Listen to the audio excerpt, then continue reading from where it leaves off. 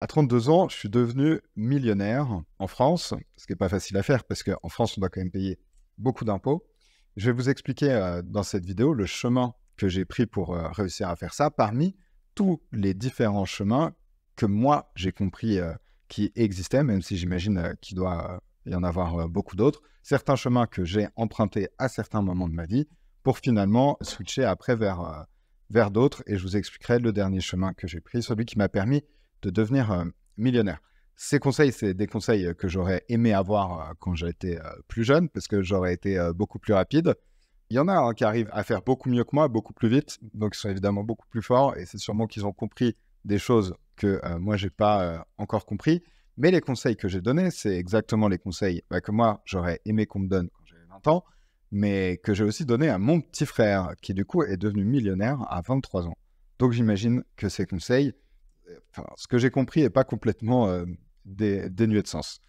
Moi, je ne viens pas d'une famille spécialement riche. Je ne viens pas d'une famille non plus complètement pauvre. C'est juste qu'on était 5 enfants, donc il y avait certaines fins de mois un peu compliquées. Ce qui font que moi, quand j'étais jeune, ce que je voulais, c'était être heureux et être riche.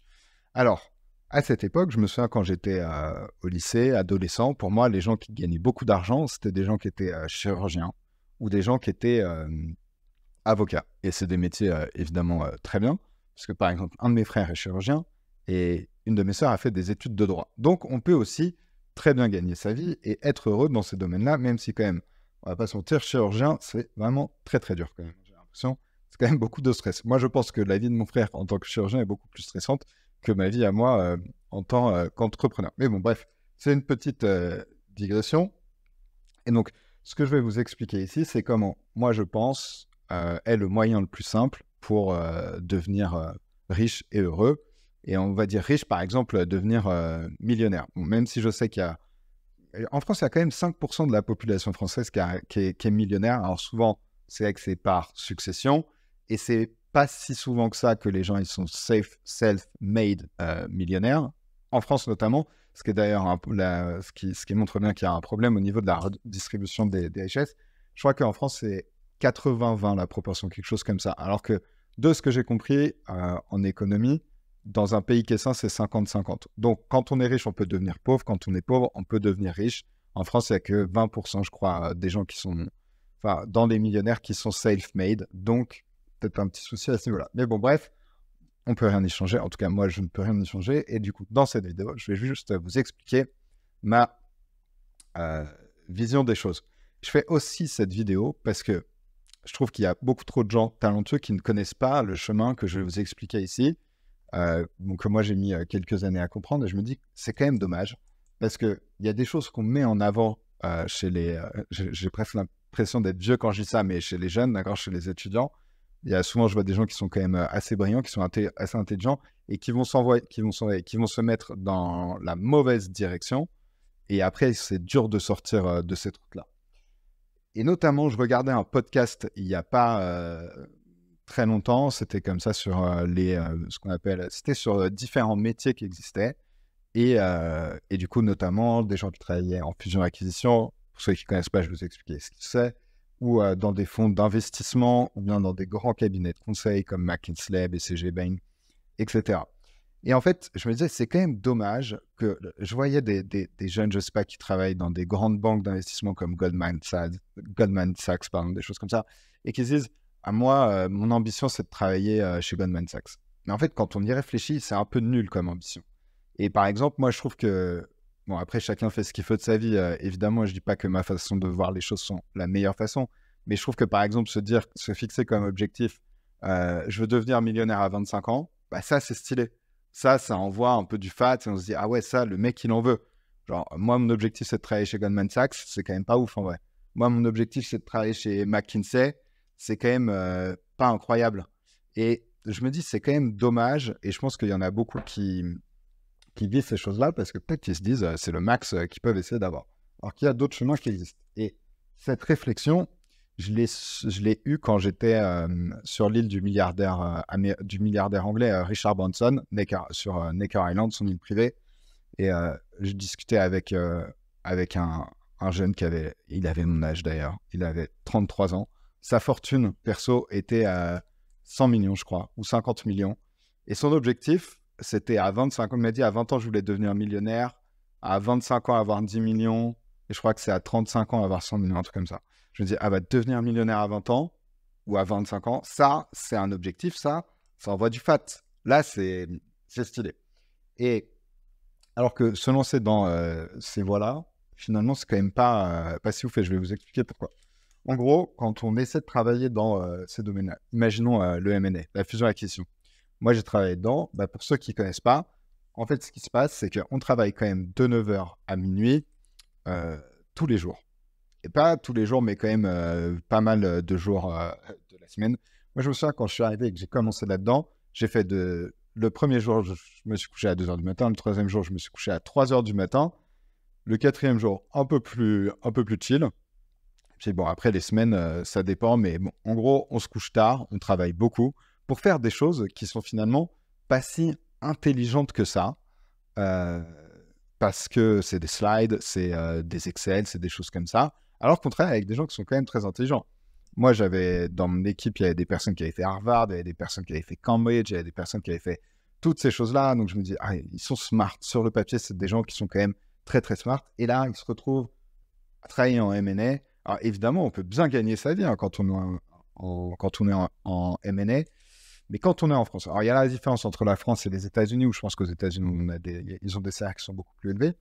Mais moi, pour avoir des amis qui travaillent dans ce domaine-là, bon, déjà, ils y laissent quand même une bonne partie de leurs cheveux. Hein, et c'est vraiment, c'est réel. Hein, on prend la photo d'un mec en M&A à 25 ans, la photo d'un mec en M&A à 35 ans.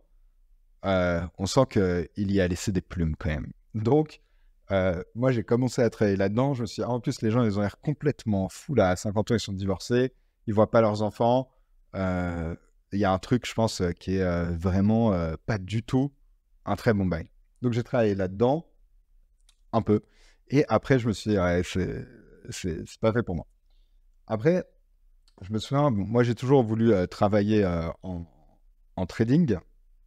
Et le truc du trading, c'est que finalement, c'est un job qui est ultra, ultra répétitif.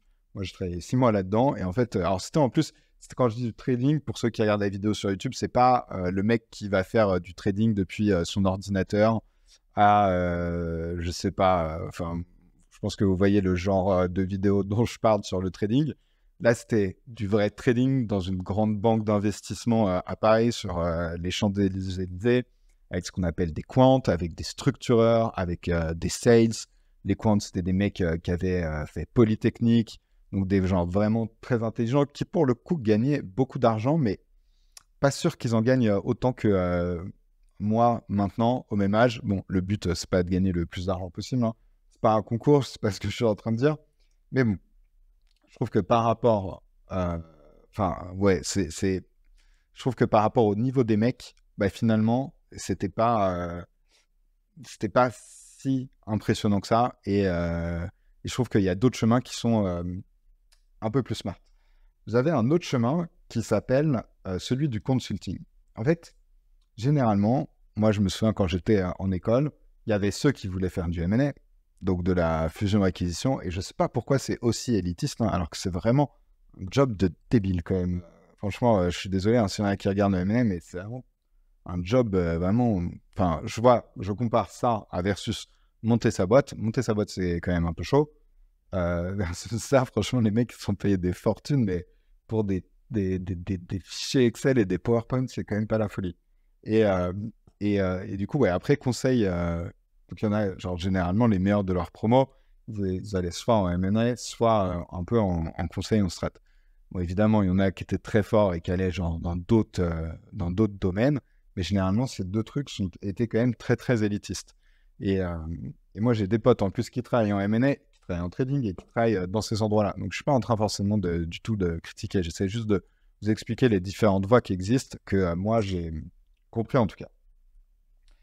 Donc, ça, c'est des endroits dans lesquels c'est assez dur de rentrer. Et pareil, un petit peu qu'en M&A, tous les gens qui travaillent là-dedans sont vraiment super intelligents.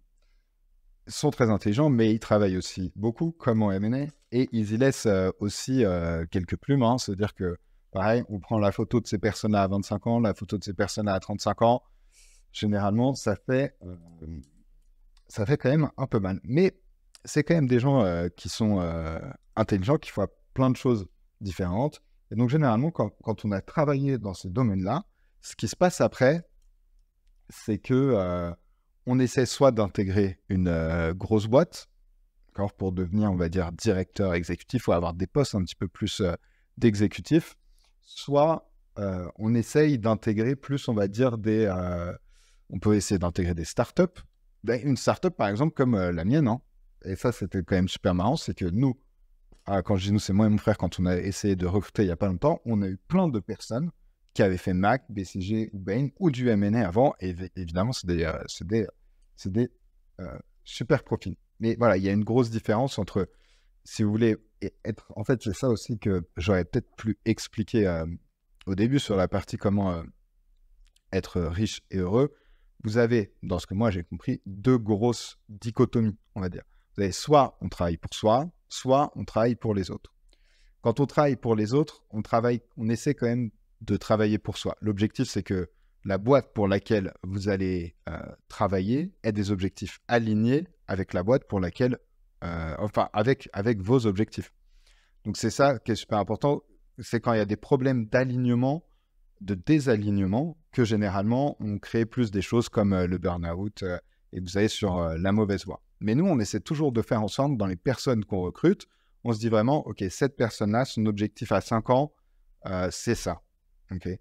Et ben nous, on pense que du coup, ces objectifs-là, ils fit dans les objectifs de notre boîte.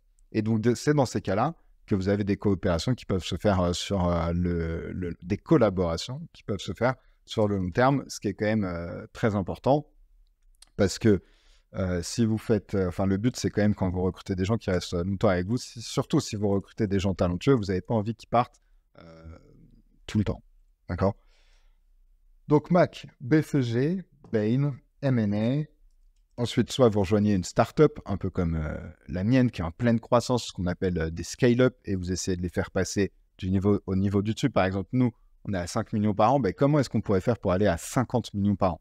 Et si on arrive à aller à 50 millions par an, là, on peut dire qu'on est une scale-up. C'est-à-dire, on a scalé. Bon, déjà, on a scalé de 0 à 5 millions par an. C'est pas mal.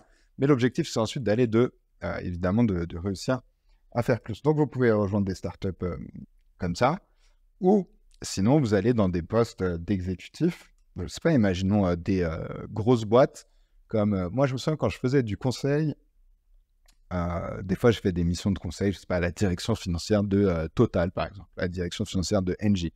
Bon, la personne qui est directrice financière ou le directeur financier de Total, c'est parfois quelqu'un qui a fait du M&A ou du conseil en stratégie comme ça. Mais ce dont j'ai l'impression, moi, en tout cas, si j'étais resté dans ces domaines, ce que j'aurais essayé de faire, c'est d'aller dans un de ces deux domaines. D'accord ? Vous avez VC, Private Equity. Alors ça, c'est ce qu'on appelle les mondes, tout ce qui est les fonds d'investissement. Alors là, attention, il y a deux grosses différences. C'est looks the same, but not the same.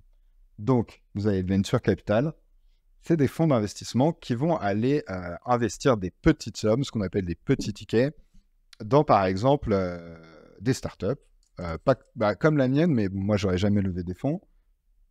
Je vais vous expliquer pourquoi dans la suite de la vidéo. Et qui met, je ne sais pas, 10, 20, 30 000, 100 000, jusqu'à, je ne sais pas, 500 000 euros dans des startups en échange de parts de la startup. Travailler en VC, c'est un peu un chemin différent de travailler en private equity, mais généralement, on pourrait dire quand même que c'est un peu plus facile d'aller travailler dans un fonds de VC que d'aller travailler dans un fonds de private equity. Les fonds de private equity, ce qu'ils vont faire, c'est qu'ils vont essayer de prendre des parts dans des vraies sociétés qui sont sur des marchés matures. Quand un fonds de VC, vous avez par exemple en France Kima Venture, le fonds de Xavier Niel, qui est animé par Jean Daroche-Brochard. Ils mettent des tickets, je crois, de 100 000 euros. Et ça veut dire que le but, c'est qu'ils vont faire par exemple sans investissement.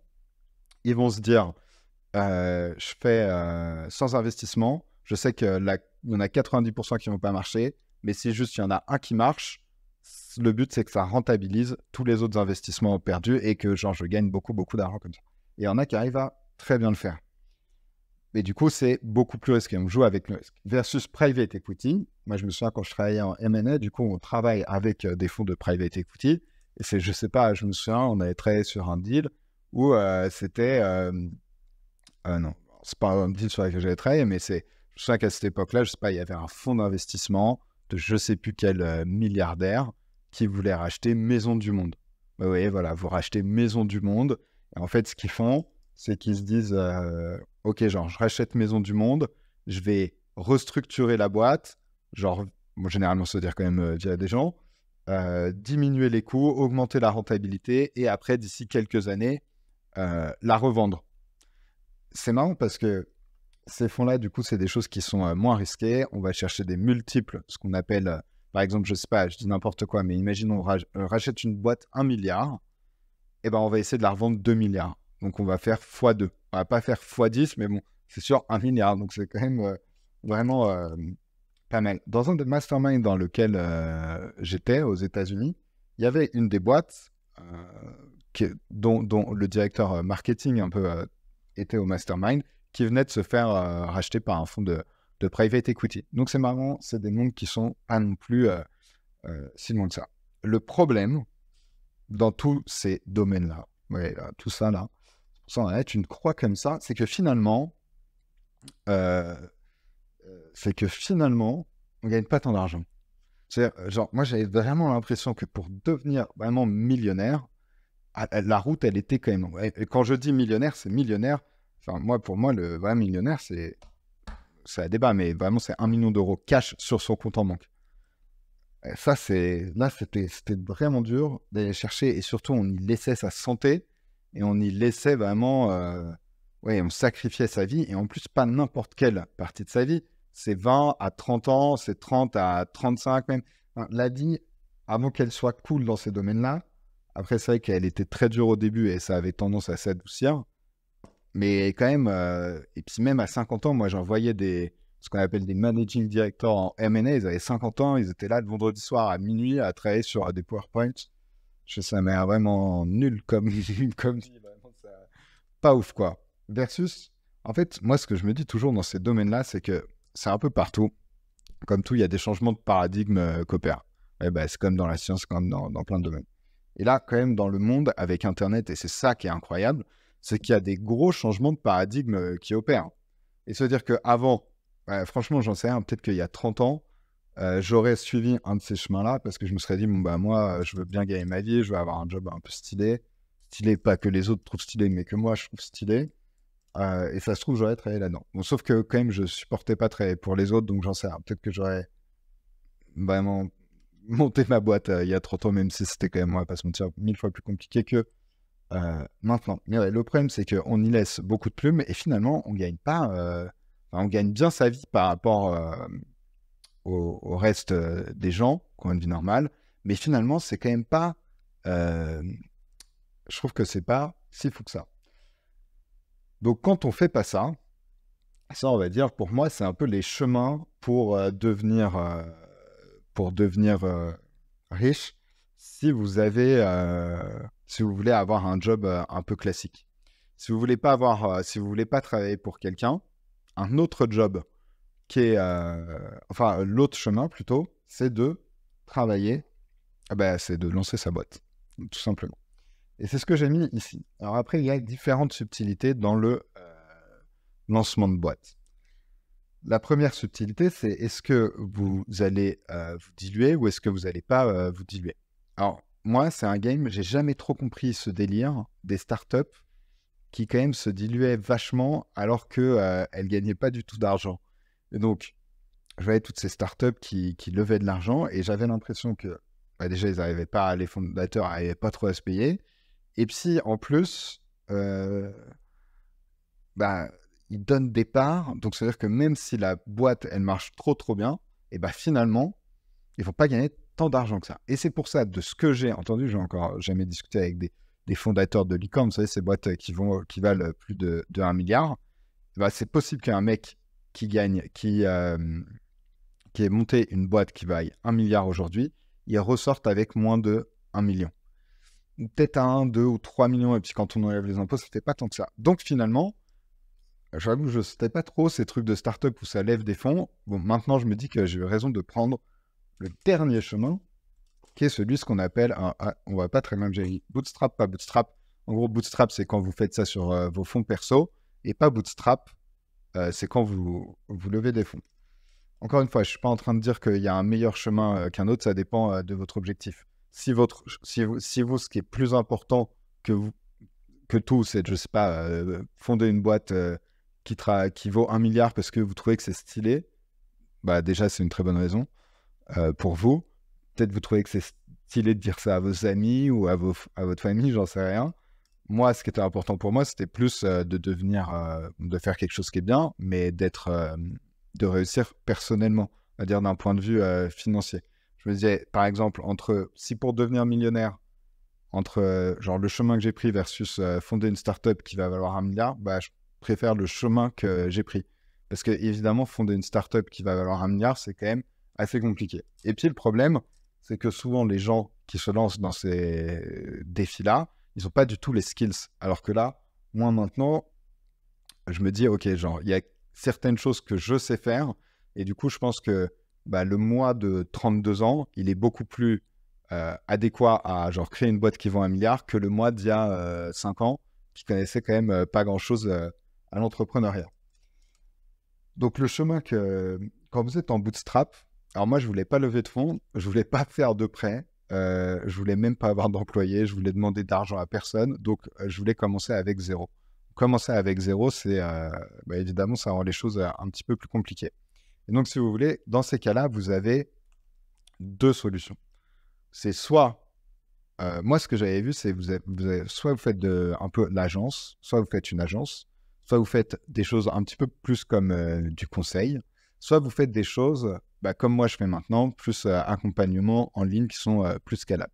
Les trois sont bien pour commencer. Je connais des gens qui peuvent devenir très riches avec des agences, je connais des gens qui peuvent devenir assez riches avec du conseil. Le problème quand on fait du conseil, c'est que généralement, vous ne vendez pas un produit, vous vendez du temps, vous vendez des gens. C'est ça le problème de l'agence et du conseil versus un programme en ligne, comme moi je fais, vous vendez un produit.